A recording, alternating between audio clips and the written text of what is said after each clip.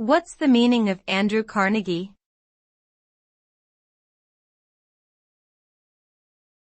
Andrew Carnegie.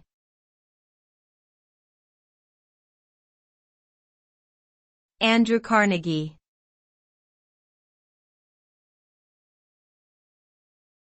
Andrew Carnegie.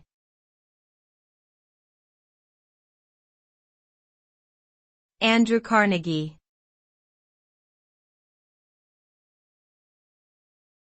Andrew Carnegie.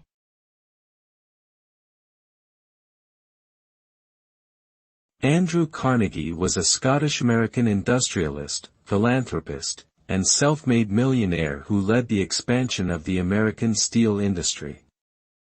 He grew up in poverty in Scotland before immigrating to the United States, where he worked his way up from a telegraph operator to become one of the wealthiest businessmen in history.